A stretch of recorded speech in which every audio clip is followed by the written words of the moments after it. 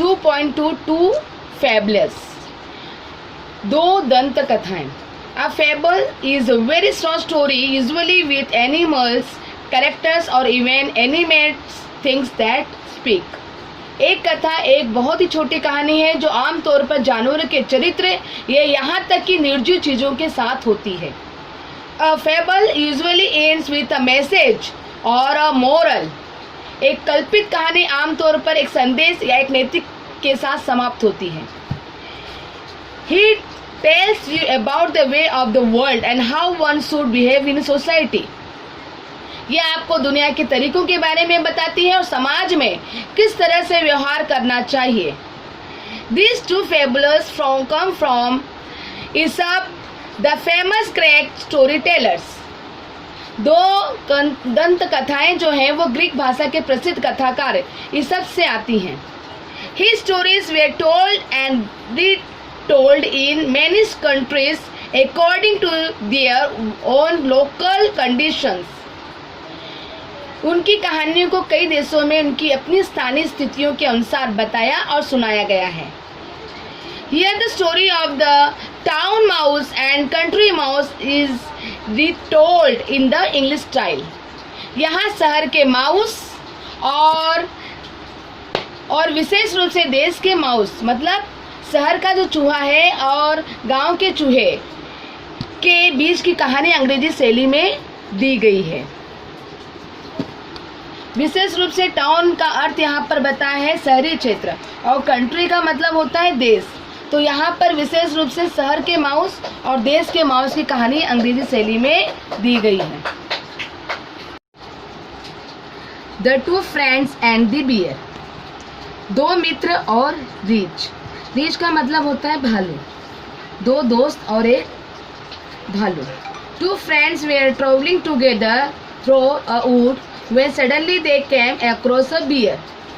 The bear saw the travelers and rushed out upon them.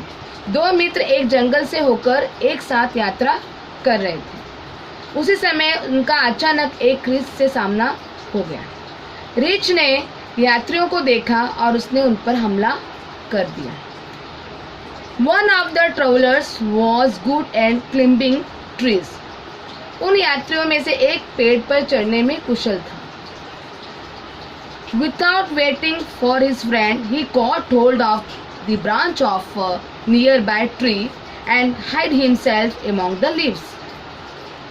अपने मित्र की राह न देखकर उसने पास के एक पेड़ की डाल पकड़ ली और उसने अपने आप को पत्तियों में छिपा लिया. The other did not know what to do. दूसरे को कुछ समझ में नहीं आया कि वो क्या करे. He had heard that bears do not bother with dead animals. उसने सुन रखा था कि जो रीछ होते हैं वो मृत प्राणियों की ओर ध्यान नहीं देते और इसलिए वो अपना चेहरा धूल में रख कर जमीन पर लेट गया. So he threw himself flat down upon the ground with his face in the dust.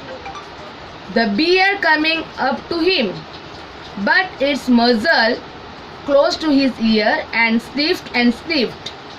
रीछ उसके पास आकर अपना थूथन उसके कान के पास ले गया और सूंघता रहा. But the man lay very quietly on the ground and did not even breathe. लेकिन वो आदमी शांतिपूर्ण ढंग से जमीन पर पड़ा रहा और उसने सांस भी नहीं ली. At last, with a grovel, it shook its head and slouched off. अंत में रीछ ने एक बार घुर्राकर सिर हिलाया और अपना कंधा झुकाया और निकल गया. Then the fellow in the tree came down to his comrade and laughing said, "What was it that master wherein whispered to you?" फिर पेड़ पर चढ़ा हुआ आदमी नीचे उतरा. उसने साथी के पास आया और हंसते हुए बोला, "बुइन साहब, तुमसे क्या फुसफुसा रहे थे?"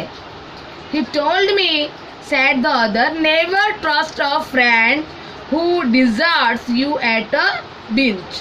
दूसरे आदमी ने कहा, उन्होंने मुझसे कहा कि संकट के समय तुम्हें छोड़कर जाने वाले मित्र पर विश्वास नहीं करना चाहिए.